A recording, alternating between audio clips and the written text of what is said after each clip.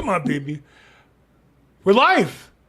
Hey, no technical problems. Welcome to our Wednesday home buying seminar. I'm Bill Gross at Bill Gross Probate social media or BillGrossProbate.com, along with my good friend and colleague. Yes. Hi, everybody. Patricia Castillo. And our good friend and lender, Shannon the lender. Shannon the lender. And we get together every Wednesday afternoon, 4 o'clock, 5 o'clock, somewhere in there, talk about buying your first home or your next home. So, I have a question to start the thing off today. I was getting ready for this. Let's get an update on buyer commissions. Because, it seems so central now to every offer. Is the buyer paying directly cash to the buyer's agent? Is the buyer paying to the buyer's agent but expecting a concession from the seller? Or is the offer made such that the seller is paying the buyer's agent commission? And then what's financeable and what's not financeable? Right. So I've received offers where both actually, where the seller is paying the commission to the buyer. So it's not included in the purchase price. The purchase price is the price for the property for the seller, and then the buyer is paying the commission separately. Which, we should stop there. Let's just analyze that for 1 second. Mm-hmm. So I have properties like that. So last month they listed at $800,000 and we're paying 2.5% commission. And this month it's still listed at $800,000, but now the buyer's paying the commission. In essence, the price of the house went up by 2.5%. Right. I don't think people understand that. That's a big deal. Yeah, it is a big deal. So those are things that you have to talk to the agent about. So when you're looking at the comps, know that the comps that you're looking at before August 17th, right, the price included the commission for the buyer and the seller. So look at the comps and adjust your price accordingly, but make sure that the listing agent that you're sending the offer to knows that the commission is not being paid by the seller, because sometimes the agents are just glancing at the offers very quickly and they're not actually looking for the details. Hey, who are you talking to? Hey. There is a separate form that a buyer's agent would include if the seller was paying the commission. So the seller payment to buyer's broker, the SPBB form. And I want to say to that, I have a number of listings right now, about 10 or 12 listings. And I did get an offer today. And the first thing was the buyer's agreement, the buyer's agency with the buyer and their commissions. And it's about 12 pages. I'm sifting through and I'm being very careful. Okay, so that's between them. Is he asking my seller to pay any of it? So I had to look, there's a box for concessions? No. Yes. Box for commissions? No. Do you sneak it in somewhere else? Because it's not so obvious, right? It's not so simple. Like when you said that you have to really stop and take a look at it, you really got to stop and take a look at it. You really have to look at it carefully. For example, I received an offer today on one of my listings, and it doesn't have the box checked where it says seller to pay the buyer's broker, right, to offer that compensation. But they did include the SPBB form, seller payment to buyer's broker, but it's signed and not completed. There is no commission amount stated on the form. So when that happens, the realtor is thinking that they sent in the completed form to the seller, that the seller is going to pay the commission. But if that offer gets accepted, the realtor risks not getting paid, right, by the seller. They can go back and work it out with the buyer, but at that point, the seller's not obligated to pay them because the form wasn't even completed properly. So how do you handle that? Because on one hand, if you, as a listing, so what would you expect me if I'm the listing agent and I got that offer and I look at that and say, well, it looks like he's not going to get paid. Am I supposed to bring that up and tell him that and remind him?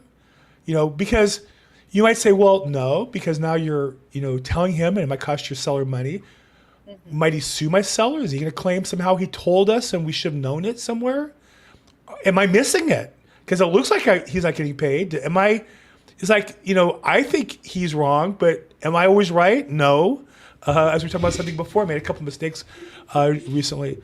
So these like new uncharted territories that we're just now going. And to add to that, I'll just share you guys real quick. I happen to belong of all the MLSs. The one I belong to is called the MLS, a little arrogant of them, or the combined LA West Side. And so they came up with some new changes where they are going to show in the closed sales now concessions, buyer broker fee, concessions, concessions, financing costs. This was never available for closed sales, right?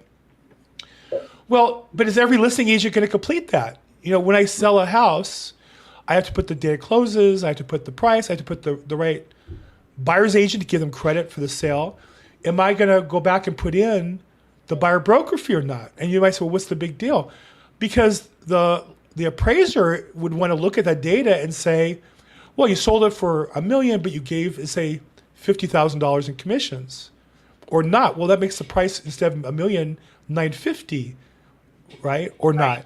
And so these are uncharted areas that this change. It doesn't sound like all that significant, but really, I think it puts an extra value for the agent double checking, to use your words, and being careful, and also knowing what's available and not available.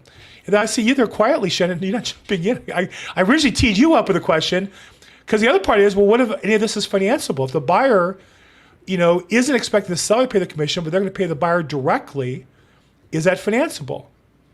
Well, and here's another example. This weekend, I had an appraisal, and the appraiser asked me, just going off of what you were just talking about, he asked me, is your seller paying a concession, and is that wrapped into the price? Because now when the appraiser is out there doing the appraisal evaluation, they're required, they have the change that you just shared right now. So they have a new feature in their software where it asks that question, and they have to include that information on there, whether the seller is paying the commission or is the buyer paying the commission. I wonder if that affects the value. That's interesting. What's that? Said, I wonder if that affects the value at all. Like, why would they ask? That's why, because they want to know if the property's if it's valued at let's just say 650 or 700, right? Like the example that Bill just used. They're selling the property at $1 million and they're paying $50,000 in commission, but the buyer's paying that. Then is the true value $1 million or is the true value $950,000? So that's why the appraisers are now required to ask the listing agent and confirm, so they can include that in their evaluation. So he showed me on his application, it shows the value of the property, and then there's another section that shows seller concession for commission for a buyer's agent. At what stage was he asking you this information? During the appraisal. I was at the... See, that's the key. That's the key, because I think they've always had that field in the appraisers' reports. Like in their comp, there's a service calc, the MLS, the appraisers put together of all appraisals. Right. And there's always been a field there. But as a real estate agent, I haven't been diligent to put in concessions or not. We often would have repair concessions at the end or something. And, we're not required to put in the MLS. We should. I mean, I think it's the best practice to do that, but it's not enforced. Nobody's really checking it. But now people are going to be checking that. And I think it's becoming, the appraisers better ask it up front, or they're not going to get the data, I don't think, accurately. Right. Yeah. Wow. Interesting. It's crazy times, man. Now, the good news for me is most of my listings are commercial or cash type transactions. It doesn't help Shannon out at all. I'm sorry, Shannon, but I'm just saying, I'm not as involved in this. Now I have a couple offers out on with investors who are paying me directly, and they're not, the large down payments is not an issue. But what's happening on the poor buyer with the 3% down, the FHA buyer, the first time buyer with the PMI program? What are they doing with their commissions? They have to pay cash? Are their agents smart enough to ask the seller and negotiate that? Is that affecting the offers? What's going on in that world? I could tell on my end, there is now a field in the loan estimate section where, they now added agent commissions. So, when I'm giving a loan estimate and I'm breaking down the fees, there was no section for agent commissions. So they recently updated our software. So now we can add that. As of right now, I have not having to use it. I do have one client that had the Dream for All program, and I had to ask, my rep, can can some of that money go towards paying the agent? And they said no. They said no. You're So talking about the 20% that the Dream for All was allocating to the buyers. So, yeah, but yeah, it's supposed to be used for closing costs too. So they can't use that towards, that would be a closing cost, right? The commission. I guess, yeah. I mean, right now it's so brand new. They're saying no. This is not. This is something that we can't do. Now, we're gonna see when we get into escrow what happens and if we can lump it in somewhere. But the traditional transaction, you can do it. It's like you said, it's a closing cost. But the thing that I'm having to navigate through is the down payment assistance programs and all those programs. Like, hey, are they going to allow this? Because they look at these programs with a fine tooth comb, and they really look at, okay, where's all this money going towards? If we're going to pay closing costs, they look at every line item, and this is a new line item for them. And so I'm not sure if they've caught up yet. And yeah, that's Do they allow commit on those programs? They allow the seller to pay the buyer's agent commission, and can then the buyer, agree to pay the commission to the buyer's agent? Is that allowed in those programs? yeah, those are allowed. It's just when it comes to the money that they're giving out, right? Got it. Where's that money Got it. going to? Okay, so then those agents who are doing that program need to know the only way we really get paid for sure is put the commission into the offer where the seller pays the buyer's agent commission, because otherwise you want your buyer to be cash out of their pocket. The whole point is to limit their requirement. Yeah, I mean, and unfortunately, Bill, you're right. I mean, this is going to affect the people that just have that 3.5%. That, you know what I mean? They can barely go with the closing costs, and I've done it all the time where, hey, I've had to lower my origination for them to even get qualified, and it's like now they have to, now we got to see, okay, how is the agent going to get paid if that's the case? I mean, thankfully, most of the agents that I've had, their experience, they just, like you said, putting in, hey, we're gonna, we want 2%, 2.5%, whatever the case is on the offer. So it's been working out to where the sellers are still paying, but I know that there's going to be a time where that's not going to be the case. So I have yet to experience that yet, where the seller has said, no, we're not paying, but I know it's coming. I know it's coming. And that's one thing that I think, going back to our conversation last week, is I've added into my conversations with agents in terms of, hey, do I need to add, your commission when I'm quoting them? Because me as a lender, my job is to make sure that financially you're not surprised when you open escrow and you see that cash to close, right? I want to make sure that, hey, you already know what you're getting into. You already know how much things are going to cost. You already know, all the rates, the closing costs, the down payment, everything. I want you to know up front, so that way when you're submitting your offer, nothing comes as a surprise. Right. And now this is going to be an added talking point. And so, if you're out there looking to buy a house, this is something that you should bring up, and ask, hey, how's this going to work? Do I need to put this into my numbers, my budget, when it comes to how much am I going to pay for this house? So that's for sure. It's not a very comfortable conversation, but it is going to be a necessary one moving forward to see, hey, how are things going to happen? So the agents I'm working with right now, they're kind of confident and banking on the fact that sellers are still going to pay, and they're like, oh, it's fine. Let's just move forward and play it by ear. And so that's what we're going to do, and see what happens. But yeah, it's definitely new territory and new conversations that are having to be brought up, with buyers. And unfortunately, it's, as always, it's going to be the bottom, the bottom players that are going to get hit the most. Or not the bottom, I would just say the people that are tight on funds. Right. Like the entry level buyers that are buying their first home, that are, maybe were renters and now they're looking to buy, and they've just saved up enough money for maybe closing costs and the lowest down payment, right? Either 3 or 3.5%. Exactly. Hey, if you're watching live, feel free to jump in with comments, questions. Love to get your feedback. Which one of us you prefer, me or me? Just put in Bill or Bill, whichever one's your favorite, feel free. And what's interesting, just for you guys, we have people watching on YouTube. What's really fascinating to me is we have people watching on X. I use StreamYard as the broadcast platform that we're on, and that's how we have the little graphics and all that kind of stuff. And they have a whole bunch of different, sites you can stream to. And one of them is X, formerly Twitter, and we have as many people on that as we do on YouTube. I didn't even know you could watch live video on yeah. X. So Yeah. how about that? I know there's recorded video on X, but I never knew it was live. I tried to find our program on X. I can't find it. So anyhow, it's a crazy world. It's a crazy world we're in. So, but I'll take it. No complaints. It's definitely a crazy world. But on the brighter side, rates are still going down. Right now I think FHA we're at like a 5.125, and that's even before the announcements. So hopefully, if you're watching this, there's some optimism here. Rates are going down. I've already gotten like 3 or 4 people hit me up over the weekend wanting to get qualified. So I think, Cat's starting in at the bag little by little. The announcements, well, I think it was the 18th or something like that. I got to check the date here when the feds are going to announce. And we're working on a buyer because it was a buyer I met at an open house at a listing I have in Lawndale. And she was a first-time buyer getting information. So I referred her to Shannon.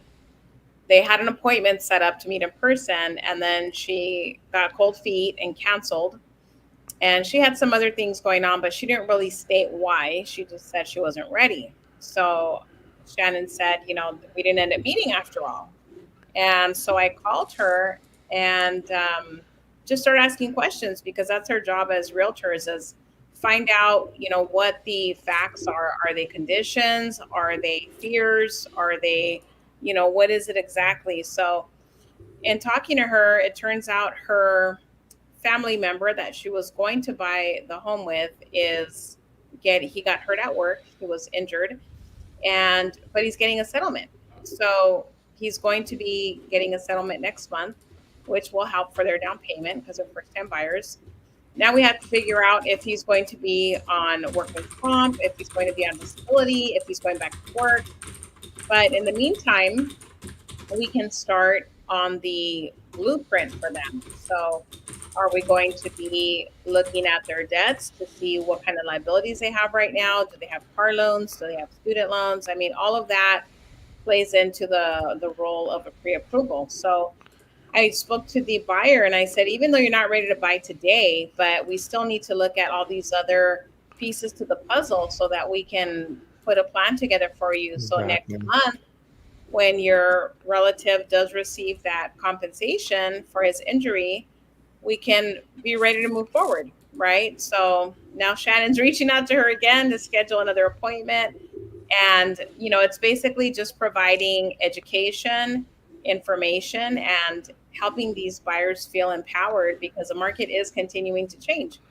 And as long as they have all the information and they feel confident and they know all the information, they feel transparency, then it makes it so much easier. Exactly. It's getting ahead of the game, getting ready as soon as you can. So if you're watching this, talk to a lender, talk to an agent right now. If you're looking to buy in a few months, I would definitely do it now, because I do have other buyers that, again, they want to buy now. They want to do everything right now. But here's actually a fun tip I'll leave with is, definitely, I have a lot of people that use credit cards and they pay it off at the end of the month. However, your credit score, your credit is going to reflect the balance on the statement date. So what that means is you might use your credit card, let's say it's $2,000-$3,000 a month, pay it down, and you think you're doing okay. But when I pull your FICO, I see that you owe $2,500 on one of your cards, and you say, well, it's paid off to zero. Well, no, the credit bureaus report on the statement date, not on the first of the month. So definitely, and again, these are things we could have went over if we would have planned ahead of time.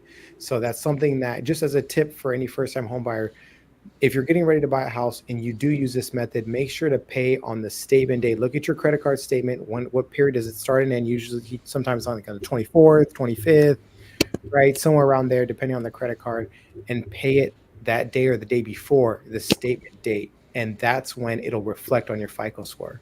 Because I already twice, people, they said, oh, I haven't had any credit card debt. But when I pull the credit, I'm seeing all these credit cards that you owe. I'm like, no, it's paid off. I'm like, well, this is what it shows on the FICO. Now I can do a rapid rescore and do a couple other things, but it's going to be in other layers. But again, if you're looking to buy a house and you're using credit cards, make sure to pay them on the statement date or the day before the statement date, so that way it can reflect on your credit score, because that's what the banks are going to look at. They're not going to let me upload a screenshot and show, hey, look, he's paid off. It's not how it works. They're going to look at your credit, your FICO.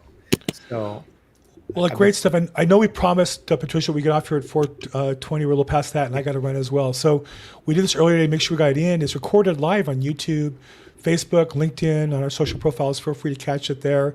We do this every Wednesday, 4 o'clock, 5 o'clock, depending on our schedules. We're busy, but we do want to reach out to you guys. It is available on Facebook, LinkedIn, X calls it big. We're on Twitch. Somebody's watching us on Twitch right now, as a matter of fact. If you're on these other channels, say hi. Let us know what you're watching, what you want to see, what questions you have, what topics we can cover. We're glad to do this. Patricia, what's the best way to reach you? My cell number, 323-365-9909. She answers her phone and responds to text, so feel free to reach out. She's a great agent serving Southern California, LA County, San Bernardino, Riverside County. Good San job. Bernardino. Wow. She sold the house. Hold on. She sold the house in Claremont's LA County, I guess technically. Claremont's LA. Fontana. Fontana was Riverside County, but you sold one in San Bernardino, I think. Maybe not. Whatever. She can. She's able to. Shannon the lender. Where do you lend? I lend in all of California. So. And what's the best way to reach you? Yes, my number is 661 area code 317-8484, or my Instagram at FUND with Shannon. Fun with Shannon, not fun with Shannon. That's another page. Account. Exactly. Another channel. I'm at Bill Gross Probate or BillGrossProbate.com. Thanks, guys. We do this every Wednesday. We'll talk to you soon. Thank you. Bye-bye. Isaac, what's up? Okay, I think we still live.